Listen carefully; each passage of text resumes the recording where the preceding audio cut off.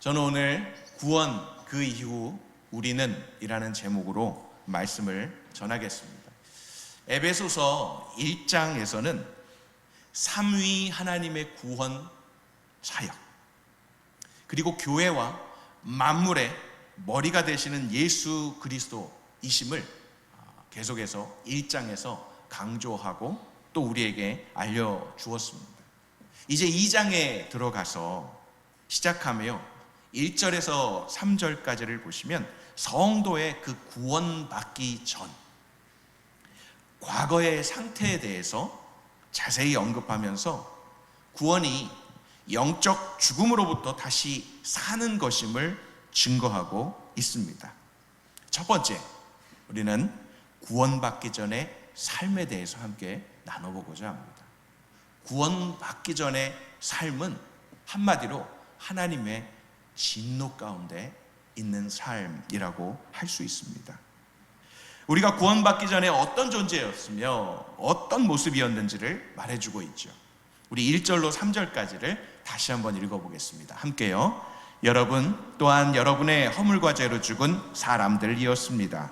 그때 여러분은 이 세상 풍속을 따라 허물과 죄 가운데 살았고 공중의 권세 잡은 자 곧 지금 불순종하는 아들들 가운데 활동하고 있는 영을 따라 살았습니다. 그때는 우리도 다 그들 가운데 속해 육체와 마음이 원하는 것들을 행하며 육체의 욕망대로 살았습니다. 그래서 우리도 그들과 마찬가지로 태어날 때부터 진노의 자녀들이었습니다. 아멘. 성도가 되기 전이요, 과거의 상태를 한마디로 죄로 죽었던 상태라고 하고 있습니다. 허물과 죄란 아담의 첫 범죄로 인해서 모든 사람이 태어날 때부터 가지고 태어나는 것을 원죄라고 하죠. 또 이 원죄의 죄악성 때문에 계속 거듭거듭해서 각 사람이 실제로 살아가면서 짓는 자범죄를 다 포함하는 것입니다. 죄의 값은 사망, 죽음입니다. 죽음이 죄의 형벌로서 세상에 주어질 것이라는 이 사실은 첫사람 아담에게 주셨던 하나님의 첫 명령에서 밝혀졌습니다. 허물과 죄로 죽었다 하는 말은요, 영적인 의미가 더 큽니다. 구원받기 전에 모든 사람들은 비록 육신적으로는 아직 죽지 않았을지라도 하나님과의 관계성 속에서의 단절, 영적으로 죽은 자입니다. 이 영적인 죽음이란 사람의 영혼이 하나님의 생명으로부터 떠나 있는 것입니다. 아니요, 떠난다는 표현보다 분리되어졌습니다. 그래서 영원한 생명을 잃어버린 그 상태를 말합니다. 그것은 한마디로 무지와 부도덕, 불신앙, 불순종, 이런 상태들로 표현이 또 되어질 수 있습니다. 영적으로 죽은 모든 영혼은 하나님을 참으로 알지 못하고 하나님이 기뻐하시는 참된 의와 선을 행하지도 못합니다. 이 영적인 죽음은 죄 때문에 왔습니다. 모든 사람은 죄인이므로 영적으로 죽은 상태에 있었습니다. 그게 우리 모두의 상태입니다. 구원받기 전 에베소 교인들은 허물과 죄 가운데 살고 있었고 영적으로 죽어 있었습니다. 지금 에베소 교회에 편지하고 있지 않습니까? 죄 가운데 사는 삶의 인도자가 누굽니까? 죄 가운데 사는 사람의 인도자, 이 세상 풍속과 공중의 권세 잡은 자입니다. 이 세상은 죄악된 세상이고 세상의 이 삶의 방식은 곧 죄 가운데 사는 삶을 이끄는 표준이고 원동력입니다. 성경의 다른 부분을 보면 이 세상 임금이라는 표현을 쓰고 있고요, 이 세상 신이라는 표현을 쓰고 있습니다. 요한일서 5장 20절에는요 온 세상은 악한 자 안에 처한 것이라 라고 말합니다. 이 악한 자, 대표자 사탄이죠. 사탄이 지금도 불순종하는 아들들 가운데서 활동하고 있다고 말합니다. 우리 고린도후서 4장 3절 4절 말씀 같이 한번 읽어보겠습니다. 함께요. 우리의 복음이 가려져 있다면 그것은 멸망하는 사람들에게 가려져 있는 것입니다. 그들로 말하자면 이 세상의 신이 믿지 않는 사람들의 마음을 혼미하게 해 하나님의 형상인 그리스도의 영광스러운 복음의 빛이 그들을 비추지 못하게 한 것입니다. 믿음과 순종은 성령께서 우리 속에 맺으시는 열매이지만 불신앙과 불순종은요, 그것은 사탄과 악령들이 맺는 열매입니다. 불순종의 죄성은 이 세상 풍조, 악령들의 역사와 연결되어 있습니다. 에베소 교인들의 이 과거만 그러한 것이 아니었습니다. 오늘 본문의 2절과 3절을 시작할 때 이 시제가 나오지 않습니까? 시간적인. 그때는 이렇게 말하고 있는데 3절을 다시 한번 띄워주시겠습니까? 본문 3절입니다. 2절에서는 그때, 3절에서는 그때는 이라고 하는데 그때는 하고 다음에 뭐라고 표현하고 있어요? 우리도 라고 표현하고 있습니다. 이 우리도 라고 하는 것에는 에베소 교회 당신들만이 아닌 지금 편지를 쓰고 있는 사도 바울을 포함한 모든 사역자들, 모든 그리스도인들을 포함해서 말하고 있는 거예요. 그때 우리도 라는 이 말씀은 바울 일행도 과거에 그러했음을 간증하는 것입니다. 예외가 없는 거예요. 모든 성도들에게, 그리고 오늘 우리들에게도 적용됩니다. 다 그들 가운데 라는 말씀은 불순종의 아들들 가운데 라는 뜻입니다. 죄성을 표현하기를 육체와 마음이 원하는 것들을 행한다. 우리가 예수 그리스도를 믿기 전에는 다 이렇게 행했습니다. 또 육체의 욕망대로 살았다라는 것, 우리가 예수 그리스도를 믿기 전에는 다 이렇게 살았습니다. 육체라고 번역된 이 원어는 로마서나 다른 곳들에서 흔히 육신이라고 번역된 말입니다. 이 인간의 육체를 가리키기보다는요, 보이는 육체를 가리키기보다는 인간의 타고난 그 본성의 죄악성을 가리킵니다. 육신의 욕심, 곧 본성의 죄악성이 가지고 있는 욕심을 따라 사는 것은요, 죄악된 일들 뿐입니다. 성도의 과거의 상태가 그렇다는 거예요. 허물과 죄로 죽었던 상태였다는 거예요. 이 세상 풍속을 따르고요, 공중의 권세 잡은 자를 따라서 죄 가운데 살았다고 말합니다. 불순종의 아들들처럼 살았대요. 육신의 죄악된 욕심에 사로잡혀서 살았던 상태, 그 결말은 무엇입니까? 그것은 하나님의 진노밖에 없어요. 구원받기 전에 우리는 이 세상의 다른 죄인들과 같이 본질상 진노의 자녀들이었습니다.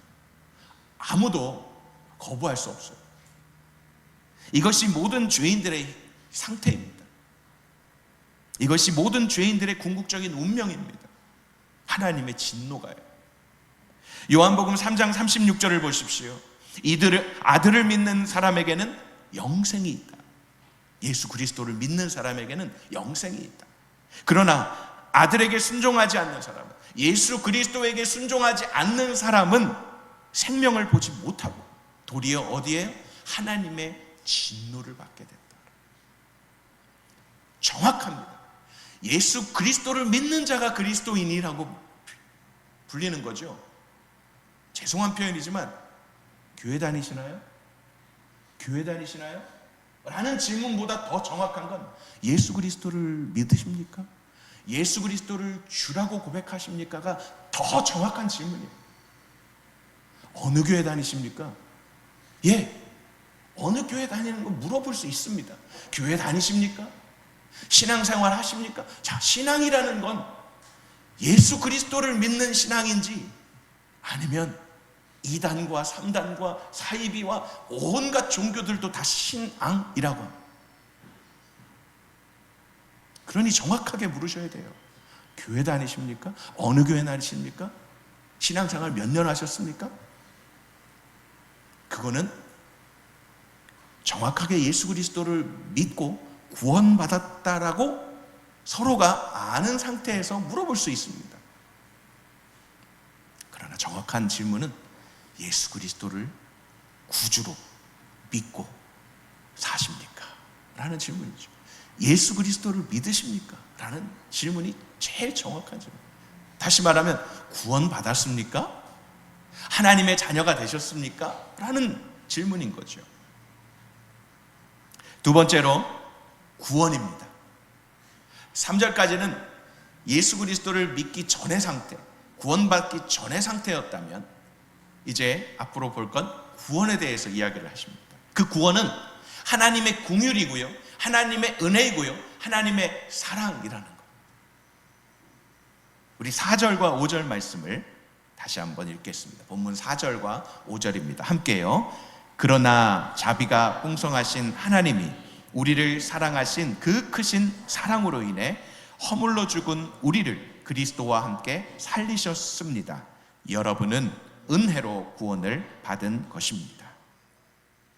이 진노의 상태에서 하나님의 긍휼의 구원이 우리에게 왔습니다. 성도가 구원받은 원인과 이유는 하나님의 긍휼이라는 거예요. 하나님의 사랑이라는 거예요. 하나님의 은혜밖에 없습니다. 다른 이유, 다른 원인은 없습니다. 인간 속에서는 어떤 원인도 없습니다. 모든 사람이 다 죄인이었습니다. 그 죄는 죽은 상태라고 했잖아요. 죽은 사람이 뭘 할 수 있겠습니까? 죽어 있는데 예수님은 그렇게 하실 수 있는 분이십니다. 예수님은 죽었고 사흘이나 지나서 썩은 냄새가 나고 묻혀있는 나사로를 부르시잖아요. 근데 나사로가 할 수 있는 건 없어요. 우리도 마찬가지입니다. 우리가 할 수 있는 건 없어요. 예수님이 부르시네, 나가야지. 이렇게 나갈 수 있는 능력이 우리에게는 없습니다. 하나님이 하실 수 있는 거죠. 하나님의 긍휼이, 하나님의 사랑이, 하나님의 은혜가 가능한 것입니다. 우리에게는 어떠한 원인도 능력도 없습니다. 구원에 대해서 모든 사람이 다 무능력했습니다. 성경은요, 만물보다 거짓되고 심히 부패한 건 사람의 마음이다. 굿수인이 그 피부를, 표범이 그 반점을 변할 수 있느냐? 할 수 있을진데 악에 익숙한 너희도 선을 행할 수 있으리라 라고 예레미야 선지자가 말합니다. 또 성경은 의인은 없나니 하나도 없으며 깨닫는 자도 없고 하나님을 찾는 자도 없고 다 치우쳐 한 가지로 무익하게 되고 선을 행하는 자는 없나니 하나도 없다, 이렇게 말합니다. 없습니다. 한번 보세요. 옆에 나보다 더 선한 사람은 있을 것 같은데 여기서 이 선하다라고 하는, 성경에서 말하는 선하다라고 할 수 있는 대답을 할 수 있는 사람은 사람 중에는 없다라는 것입니다. 오직 하나님의 긍휼과 사랑으로 사람이 구원을 받았습니다. 요한복음 3장 16절 너무 잘 아시죠? 하나님이 세상을 이처럼 사랑하셨습니다. 우리가 한 거 없어요? 독생자를 주셨어요. 우리가 한 거 없어요. 저를 믿는 자마다 라고 표현하잖아요. 믿는, 그러면 이제 우리에게 뭔가 있어야 되는, 이렇게 뉘앙스가 오십니까? 하나님이 사랑하셨어요? 독생자를 주셨어요.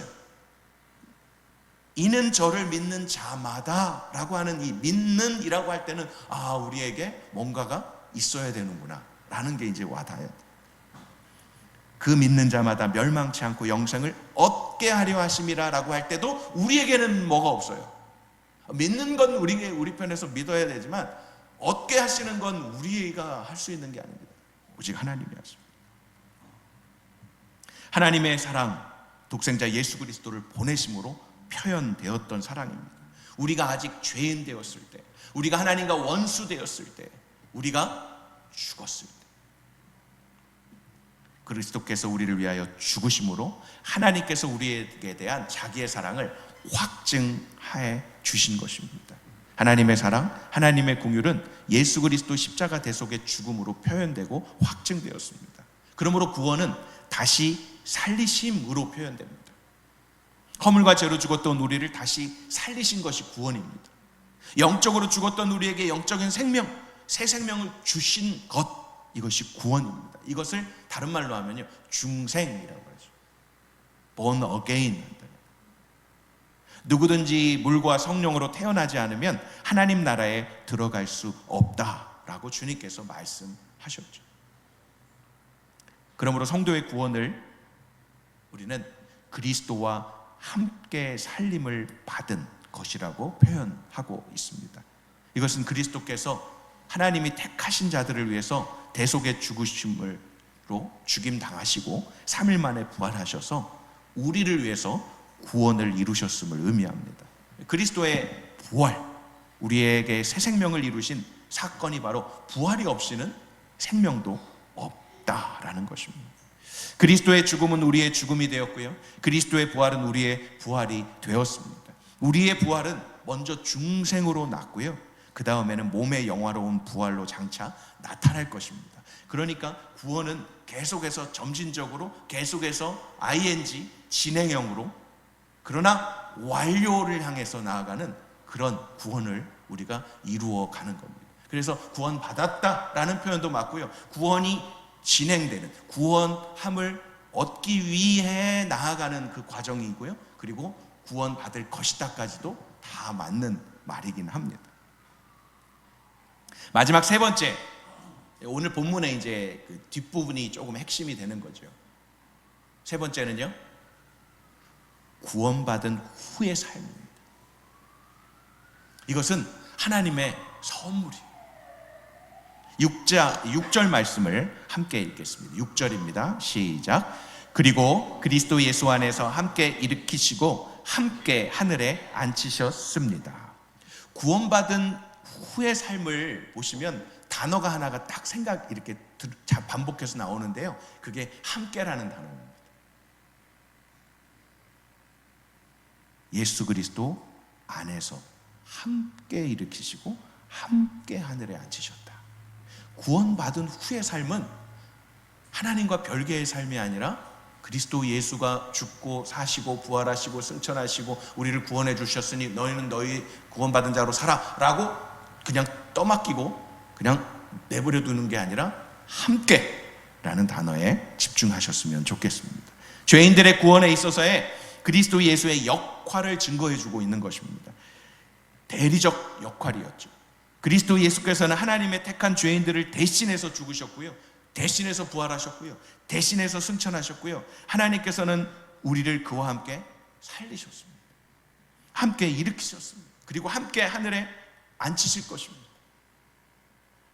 이게 하나님의 자녀되는 권세입니다. 그리스도와 함께 살리시고 일으키신 것은 중생의 새 생명을 주시고 미래의 부활을 확증하신 것입니다.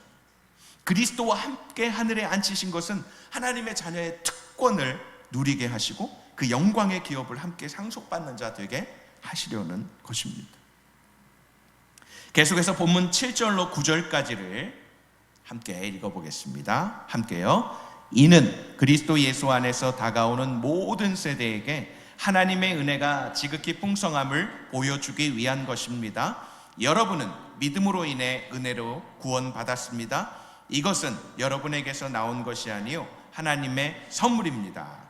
행위에서 난 것이 아니니 아무도 자랑하지 못하게 하려는 것입니다. 이 7절로 9절은 특히 구원의 은혜성을 강조합니다. 구원에서의 그리스도의 이 대리적 역할의 목적을 말씀하고 있는 거예요. 그리스도께서 죄인들을 대신해서 죽으시고 부활하심으로 그들을 구원하심은 하나님의 이 지극히 풍성한 은혜를 나타내려 하심임을 밝혀주고 있습니다. 그러므로 구원에 있어서의 그리스도의 이 대리적 역할이 왜 하나님의 지극히 풍성하신 은혜일까요? 히브리서를 우리가 묵상하지 않았습니까? 잠언 말씀 묵상하기 전에, 그죠? 히브리서에서 계속 강조했던 게 뭡니까? 예수 그리스도. 어떤 예수 그리스도예요? 모세보다, 천사보다, 멜기세덱보다, 그 어떤 제사장들보다 완전한 제사장, 완전한 중보자, 완전한 화목제물, 완전한 제물, 우리를 위해 죽임당하신 예수 그리스도, 제사장이시고 선지자이시고 왕이신 예수 그리스도. 이 대리적 죽으심, 우리의 죄를 대리하실 분은 아무도 없어요. 예수 그리스도밖에 없어요. 유일한 해결책입니다. 우리의 큰 죄들, 많은 죄들에도 불구하고, 우리의 끈질긴 연약과 실수와 반복과 부족에도 불구하고, 우리의 심각한 무지와 어리석음에도 불구하고 하나님께서 준비하신 해결책입니다. 이 대리적 속죄물이 아니고서는 우리의 죄가 제거될 수 있는 방법이 없었습니다. 그런데 하나님께서 자신의 독생자를 우리의 죄의 대속물로 되게 하신 것입니다. 그것은 하나님께서 큰 희생을, 손실을 우리에게 감당할 수 없고 측량할 수 없는 하나님의 사랑으로 확증해 주신 것입니다. 이사야 53장 5절과 6절을 보십시오. 그러나 사실은 우리의 허물이 그를 찔렀고 우리의 악함이 그를 짓뭉갰다. 그가 책망을 받아서 우리가 평화를 누리고 그가 매를 맞아서 우리의 병이 나은 것이다.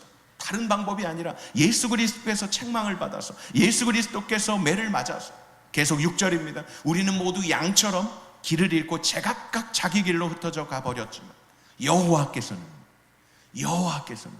우리 모두의 죄악을 그에게 지우시고, 예수 그리스도에게 지우시고 그를 공격하셨다.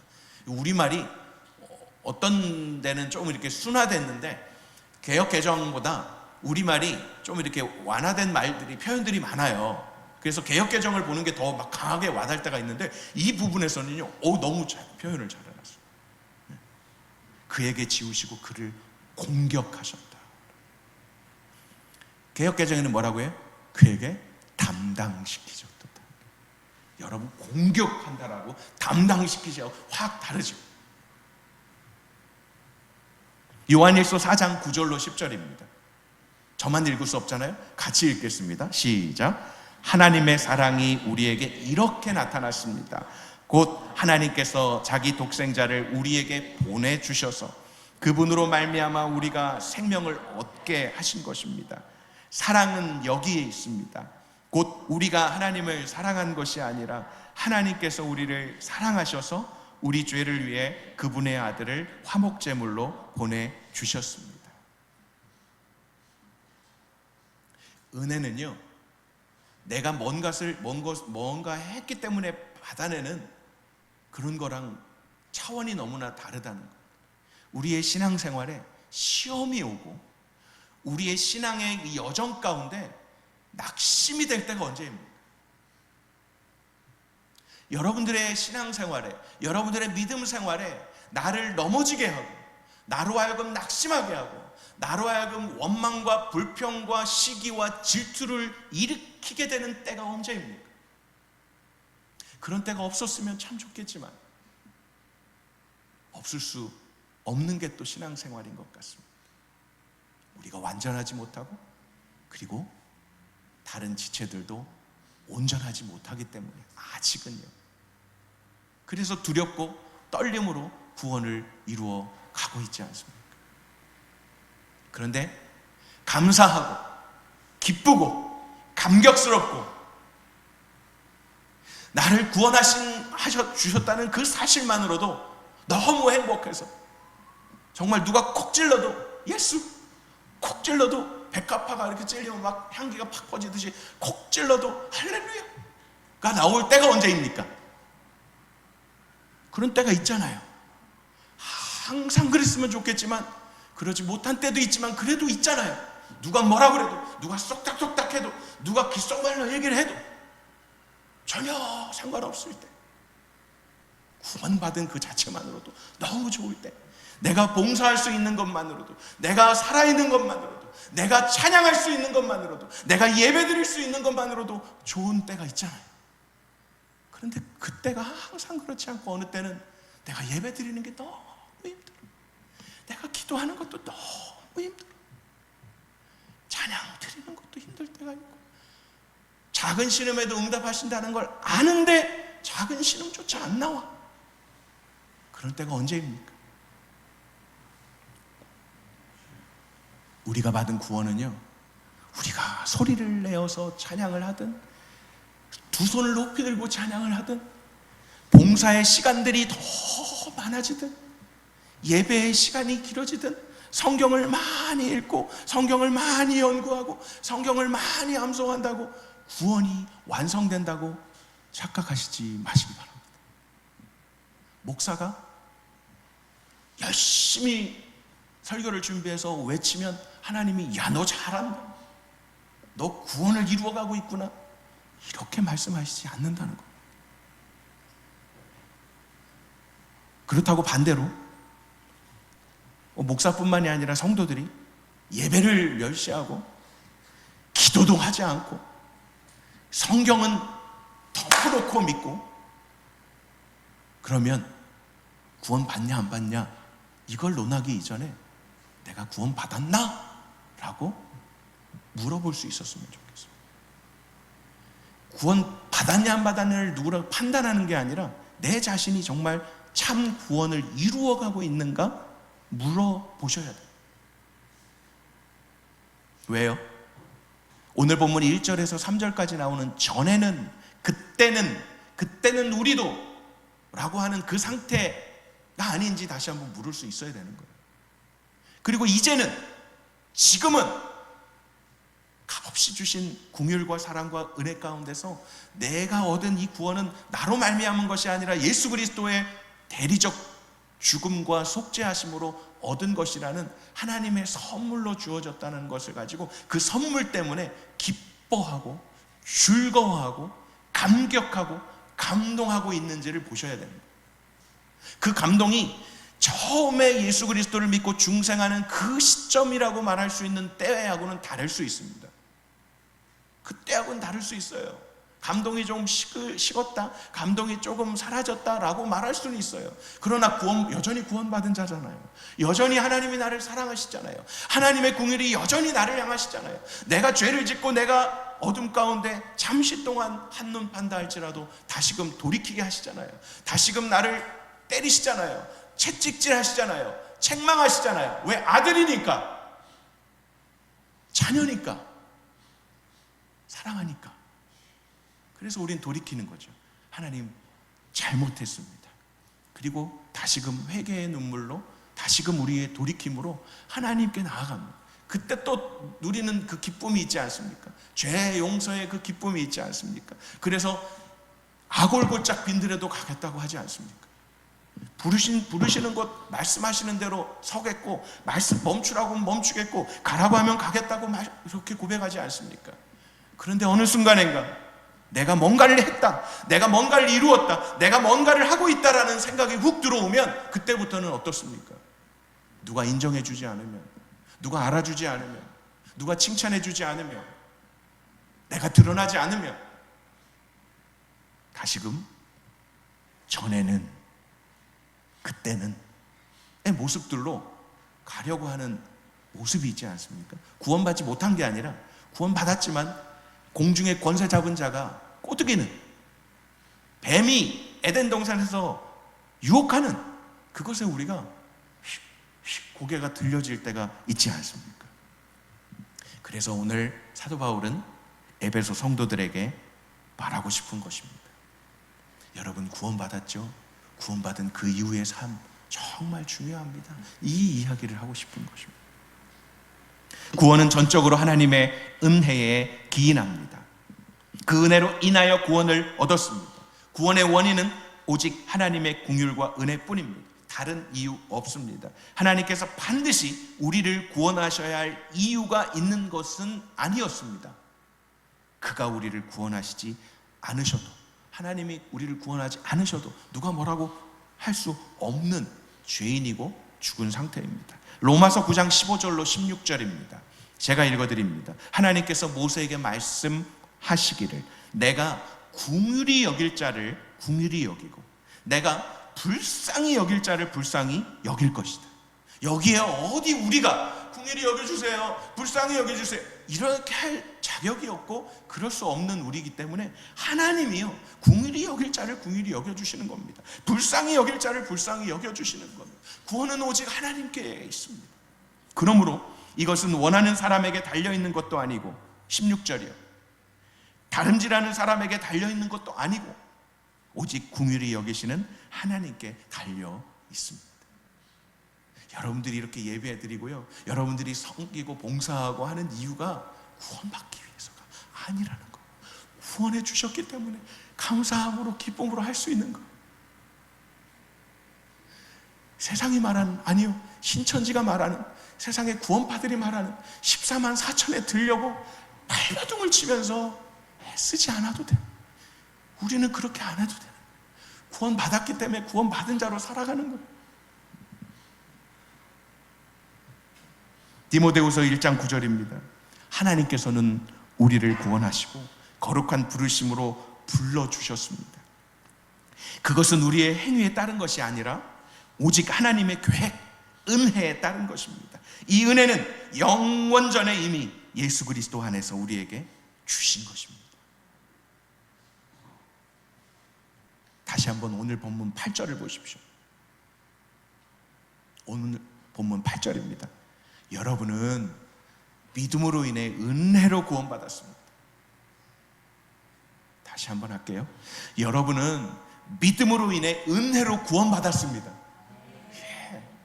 아니, 할렐루야 이래갖고 나오는 아멘 말고요, 그냥 안 하셔도 되지만 저를 위해 하는 게 아니잖아요.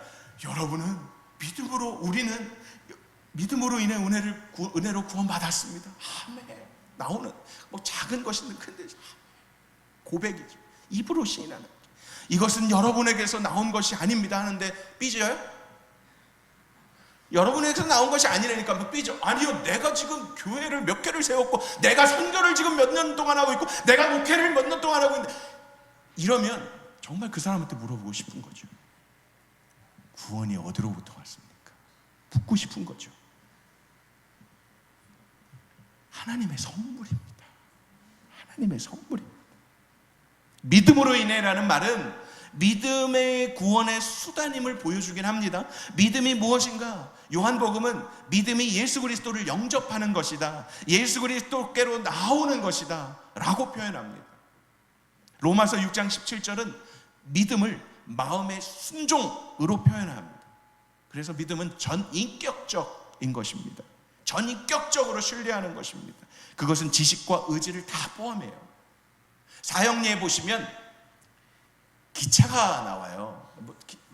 혹시 못 보셨다고 하더라도 이 기차의 예화가 나오는데, 기차를 한 3가지로 부류를 나눈다고 해요. 기차의 그 등분, 곤충도 3등분으로 나누는 거 아시죠? 머리, 가슴, 머리, 그 다음에 몸통, 다리, 뭐 이렇게 나누잖아요. 그렇듯이 기차를 나누는데, 기차의 앞에 기관차, 두 번째 연료차, 그 다음에 객차, 이렇게 이제 분류를 해요, 크게. 그런데 이 기관과 연료와 그리고 객차, 이 부분들이 전인격적인 것들을 말하는 거예요. 전인격적으로 우리가 믿음 생활할 때 그렇게 표현을 할 때 합니다. 이 객차를 이야기할 때는 감정입니다. 감정. 이 감정을 이야기하는 객차가 혼자서 움직일 수 없다는 거예요. 막 구원받은 감정이 있고 기쁨이 있고 막 그것만으로가 아니라 연료, 뭐예요? 믿음. 그리고 기관차는 사실입니다. 팩트. 오늘 계속해서 사도 바울이 이 에베소 성도들에게 말하는 구원은, 전에는 구원받지 못했지만 구원은 하나님의 은혜고 긍휼이고 사랑인데, 그 구원받은 자가 구원받은 이후의 삶은 감정과 그리고 믿음을 가지고 가야 된다. 기관차가 없으면 nothing입니다. 그걸 이야기하는 겁니다. 자, 그러면 그 믿음에 있어서 시작이 무엇인가? 로마서 10장 9절 10절 너무 잘 아시는 말씀이에요. 만일 당신의 입으로 예수를 주라고 고백하고 또 하나님께서 그분을 죽은 사람 가운데서 살리신 것을 마음에 믿으면 구원을 받을 것이다. 이게 우리 편에서 그나마 할 수 있는, 선물로 주신 것을 뜯어보고 선물로 나에게 주셨다는 것을 인정하는 것. 그래서 10절, 사람이 마음으로 믿어 의에 이르고 입으로 고백해 구원에 이른다. 이 입으로 고백해라는 것은 마음 없는 그냥 입술만의 고백이 믿음이 아니라는 걸 분명히 말해주는 겁니다. 우리 마지막가 아닙니다. 말씀이 2개 더 있네요. 마태복음 7장 21절. 우리 같이 읽겠습니다. 시작. 내게 주님, 주님 하는 사람이라고 다 하늘나라에 들어가는 것이 아니다. 하늘에 계신 내 아버지의 뜻대로 행하는 사람이라야 하늘나라에 들어갈 것이다. 여기서 이 행하는 이 구원을 이루는 행함은 없습니다. 그런데 뭘 얘기하는가? 이제 헛된 신앙 고백의 무가치함을 증거하는 동시에 구원하는 참신앙이 하나님의 뜻을 행하는 진실한 행위로 나타나야 한다라는 거예요. 야고보서 기자가 말하는 행함이 있는 믿음, 그러니까 산 믿음에 대한 것들입니다. 그러니까 구원이 먼저 된 그 다음 걸 말하는 겁니다. 참된 믿음은 구원의 수단이요, 구원의 필수적인 것이지만 그것은 인간의 어떤 공로적 행위를 말하는 게 아닙니다. 믿음은 분명히 율법 순종의 행위와 대조되는 어떤 것입니다. 그래서 믿음은 마치 빈손과 같다고 자주 비유됩니다. 하나님이 선물로 주시는데 우리가 할 수 있는 건 뭐냐면 손을 내밀어, 빈손을 가지고 내밀어서 받는 것 정도라는 거예요. 선물을 줬는데 이건 뭘 표현해요? 자녀들한테 야, 아빠가 선물 줘. 자기가 원하는 거 아니라는 거죠. 자기가 원하는 거. 그게 우리입니다. 근데 하나님의 그 구원 선물은 너무너무 놀랍고 큰데 나는 아직 그것보다는요, 세상이 좋아요. 현금으로 주세요. 이게 이제 우리의 모습이라는 거죠. 그러나 빈손을 내밉니다. 이 빈손은 자랑할 만한 어떤 공로가 될 수 없습니다. 손 내미는데 그 손, 내가 내밀었잖아요 라고 하는 것조차도 이거는 내세울 게 아닌 겁니다. 회개하는 상한 심령, 진실한 믿음은 구원을 위해 꼭 필요하지만 회개와 믿음이 공로가 될 만한 무엇이 아닙니다. 제가 하나님을 믿었을 때 죄를 제가 얼마나 그냥 콧물 눈물 다 빼면서 했는데요, 그게 공로가 될 수 없는 겁니다. 그러나 하여튼 믿어야 합니다. 믿음은 하나님의 긍휼을 얻는 정상적이고 정당한 수단이고, 불신앙은 하나님 앞에서 가장 큰 죄악입니다. 예수 그리스도께서 이루신 구원, 예수께서 우리에게 주신 구원, 완전한 것입니다. 뭐가 부족해갖고 우리에게 요구하실 것은 없습니다. 예수님께서 이루신 구원은 완전합니다. 성도는 이미 그 완전한 구원을 법적으로 얻은 자 되었습니다. 그것은 오직 하나님의 선물입니다. 그것은 인간의 행위에서 난 것이 아니기 때문에 아무도 구원으로 인해 교만하거나 자랑하지 못할 것입니다. 그러므로 성도의 미래의 영광은 예수께서 십자가 위에서 피값으로 사신 구속으로 말미암아서 하나님의 은혜로 값없이 얻게 된 것입니다. 마지막 오늘 본문 10절입니다. 10절 같이 읽겠습니다. 우리는 하나님께서 미리 예비하신 선한 일들을 위해 그리스도 예수 안에서 창조된 하나님의 피조물입니다. 하나님께서는 우리가 선한 일들을 행하며 살기를 원하십니다. 아멘. 이걸 말하고자 하는 에베소서 6장에 가고 5장을 넘어가면서 6장 가면 더 자세하게 구체적으로 막 실행적인 것들이 나오지만 이걸 이야기하시는 거예요. 구원의 목적을 말해주고, 하나님께서 그리스도 예수 안에서 우리를 구원하시고 재창조하신 목적은 선한 일들을 위해 우리가 그것들을 행하도록 미리 작정하셨습니다. 제가 읽어드릴게요. 디도서 2장 14절입니다. 그리스도께서 우리를 위해 자기를 내어주셨으니 이는 우리를 모든 불법에서 구속하시고, 구원이죠, 정결하게 하셔서, 여기서 끝 아니라 선한 일에 열심을 내는 자기 백성이 되게 하시려는 것이다. 선한 일에 열심을 내는 자기 백성이 되게 하시려는 것이다. 무엇이 성도가 행할 선한 일들입니까? 성도의 경건하고 의롭고 선하고 진실한 삶일 것입니다. 특히 아직 하나님과 예수 그리스도를 알지 못하고 구원받지 못한 자들을 하나님께로 인도하는 일들, 영혼 구원의 일들, 더할 나위 없이 선한 일들입니다. 사랑하는 성도 여러분, 지금 여러분의 상태는 어떤 상태입니까? 여전히 그때 전의 상태입니까? 구원받기 전 하나님의 진노 아래 있으신가요? 아니면 하나님의 긍휼과 사랑과 은혜로 구원받은 자의 상태이신가요? 나의 어떠함이 아닌 오직 예수 그리스도로 말미암아 구원함을 받은 하나님의 자녀가 되었다면 이제는 우리는 어떤 삶을 살아가야 하겠습니까? 선한 일들을 위하여. 우리가 구원받은 자들이라면 우리는 선한 일들, 곧 경건하고 의롭고 선하고 진실한 삶을 힘써야 하고요, 특히 영혼을 구원하는 전도에 힘써야 합니다. 우리는 구원의 은혜성이 인간의 행위를 부정하거나 약화시키지 않는다는 사실을 잊지 말아야 합니다. 마치 구원을 막 하나님이 절대적으로 이루시는 거니까 우리는 아무것도 할 게 없어, 그냥 안 해도 돼, 이렇게 약화시키시면 안 됩니다. 그렇다고 행위 구원은 절대로 아닙니다. 이 둘 사이에서 착각하거나 유혹당하시면 안 됩니다. 그래서 많은 이 헌신하겠다는 구원의 그 감격 가운데 성경을 이제 막 알아가겠다고 하는, 그리고 뭔가 더 이렇게 열심히 섬겨보겠다고 하는 사람들이 교회에서 시험 당하고 또 낭망하고, 그래서 어디로 가요? 인정해주고 그것을 열심히 하면 이 14만 4천에 들어갈 것 같다라고 하는 그런 잘못된 교리에 빠지게 됩니다. 하나님의 선한 일들이 아닌 자기 구원을 이루어 가려고 하는 그런 일들이 벌어지는 것입니다. 우리는 하나님의 은혜를 빙자하여 자신의 나태와 교만과 불성실을 정당화해서는 안 될 것입니다. 하나님의 은혜를 받은 자는요, 그 은혜를 헛되이 받지 말고 그 증거를 나타내어야 합니다.